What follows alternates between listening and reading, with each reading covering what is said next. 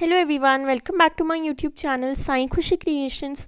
तो आज की वीडियो में मैं आपको धरती माता की कहानी का जो नियम होता है उस नियम के बारे में बताने वाली हूँ। किस प्रकार से आप मकर संक्रांति से धरती माता की कहानी का नियम उठा सकते हैं। तो चलिए शुरू करते हैं। तो ये जो धरती माता की कहानी है, धरती माता का पूजन है, ये दो तरीके से किया जा सकता है। एक तो मकर संक्रांति के 7 दिन पहले से ये शुरू हो जाता है और 7 दिन आपको कथा कर कर लास्ट के दिन इस प्रकार से पूजन करना होता है। और दूसरा तरीका है साल भर, यानी इस मकर संक्रांति से अगली मकर संक्रांति तक आपको इस प्रकार से कहानी सुननी होती है। सब कुछ मैं डिटेल में आपको आगे एक्सप्लेन कर दूंगी। तो सबसे पहले तो आपको पहले दिन, जिस दिन आप कहानी स्टार्ट कर रहे हैं, अगर आप 7 दिन का नियम ले रहे हैं तो 7 दिन पहले मकर संक्रांति के, और अगर आप साल भर का नियम ले रहे हैं तो मकर संक्रांति वाले दिन आपको ये काम करना है। तो सबसे पहले तो हम जो धरती होगी उसे अच्छे से साफ करेंगे। धरती माता पर बैठकर ही आपको ये पूजा करनी है और रोज़ धरती माता पर बैठकर ही आपको ये कहानी कहनी और या फिर सुननी है। तो सबसे पहले तो आपको जो पूजा स्थान होगा उसको अच्छे से साफ कर कर आप अपने मंदिर के सामने भी ये पूजा कर सकते हैं। और इसके बाद हम मिट्टी से अच्छे से हमारे स्थान को लीप लेंगे। तो माटी का चौका लगाकर अब आपको क्या क्या सामान लेना है, जो मेन इम्पॉर्टेंट सामान होता है, आपको एक सूट लेना होता है, चप्पल लेनी है आपको, उसी के साथ साथ एक लोटा लेना है, मूंगफली, कोई भी मिठाई आप ले सकते हैं, हलवा, खीर, कोई भी मिठाई, और इसी के साथ साथ खिचड़ी, तिल, गणपति जी को रूप में बैठाने के लिए सुपारी मोली बांधी हुई, कुछ पैसे दक्षिणा और बायने के रूप में चढ़ाने के लिए, चावल, दूब और कोई फल गणपति जी को चढ़ाने के लिए, उसी के साथ साथ फूल भी चाहिए।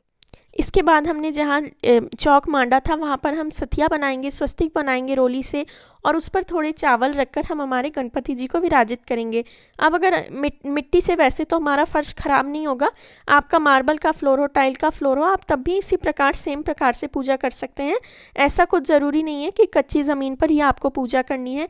इसके बाद गणपति जी को रोली, चावल, मोली अर्पित करेंगे, फूल चढ़ाएंगे, और गणपति जी को बाद में हम कोई फल या मिठाई जो भी आप चढ़ाना चाहें वो चढ़ा सकते हैं।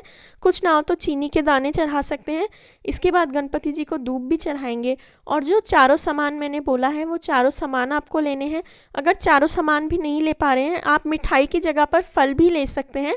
अगर मिठाई ना लेना चाहे तो आप फल या फिर मेवे भी ले सकते हैं। तो इसके बाद हम गणपति जी को फल चढ़ा देंगे, और अब ये जो सारा सामान है ये भी हम यहीं पर रख लेंगे। तो ये जो सारा सामान है इन सब का क्या करना है ये भी मैं आपको आगे बता दूंगी।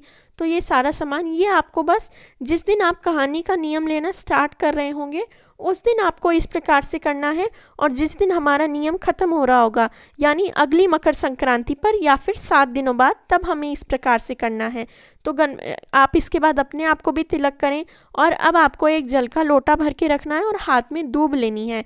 तो हाथ में दूब और थोड़े चावल के दाने लेकर, थोड़े हम अपने लोटे में भी चावल के दाने डाल देंगे। तो हाथ में दूब और चावल के दाने लेकर आपको कहानी पढ़नी है, धरती माता की कहानी कहनी है या फिर सुननी है या फिर आपको पढ़नी है। तो धरती माता की कहानी भी मैं लास्ट में ऐड कर दूंगी तो आप सुन सकते हैं। इसके बाद जो दुर्वा और दूब आपने हाथ में ली थी वो आपको अपने लोटे में डाल देनी है, अर्घ देने वाले लोटे में। और ये सारा सामान जो है ये आपको किसी कन्या को देना होता है, किसी कुंवारी लड़की को देना होता है। तो ये सारा सामान आपको एक कुंवारी लड़की को देना है। पहले दिन जिस दिन आप कथा स्टार्ट कर रहे हैं उस दिन भी, और लास्ट वाले दिन जिस दिन आपकी कथा खत्म हो जाएगी उस दिन भी। कई लोग सिर्फ लास्ट वाले दिन ये सामान देते हैं, पहले दिन सिर्फ ये जो हमारे चौक मांड कर हमने पूजा करी है ये करते हैं। तो जैसा आपके यहाँ होता हो वैसा करें। और इसी के साथ साथ पहले और आखिरी दिन तो आप ऐसे कर लेंगे, रोज आपको बस हाथ में थोड़ी दूब लेकर और एक जल का लोटा भरकर कथा कहनी है या फिर सुननी है, जैसा मैंने आपको बताया। तो अब हम कथा सुन लेते हैं। धरती माता की कहानी। एक माँ थी, उसके एक बेटी व एक बेटा, दोनों छोटे छोटे थे। माँ गरीब थी, वह मजदूरी करके अपना गुजारा चलाती थी।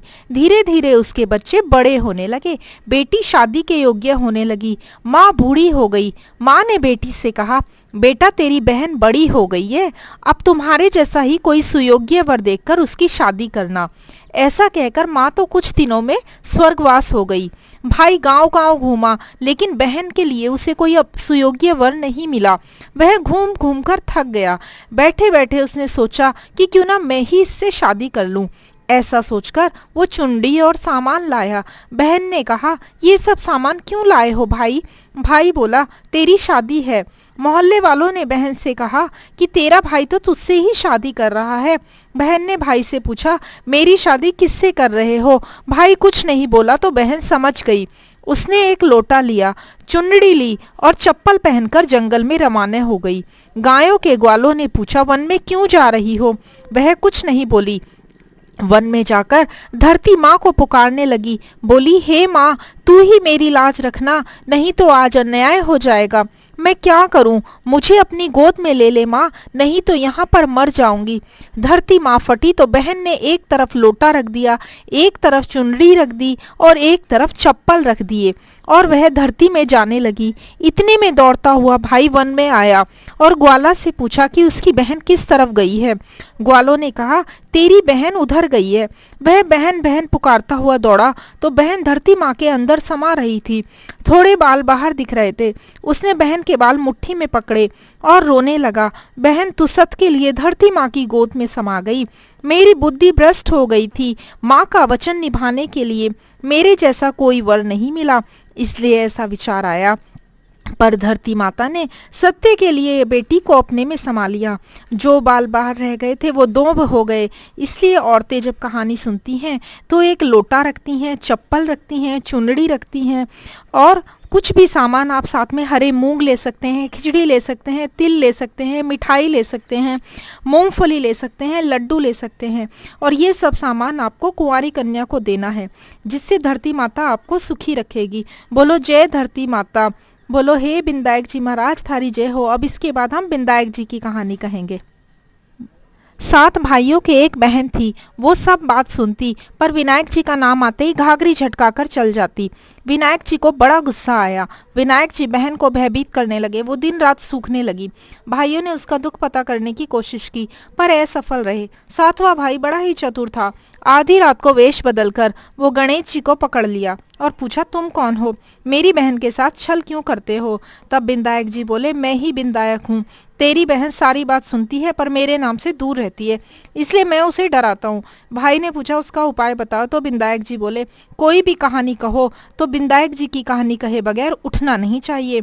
बहन ने उस दिन से नियम रखा, वह जो भी कहानी कहती उसके बाद विनायक जी की कहानी सुनकर ही कुछ करती और कहानी सुनकर ही खाना खाती। अब विनायक जी बहन पर प्रसन्न रहने लगे, उसे अच्छा घर और वर दिया। बोलो विनायक जी महाराज की जय।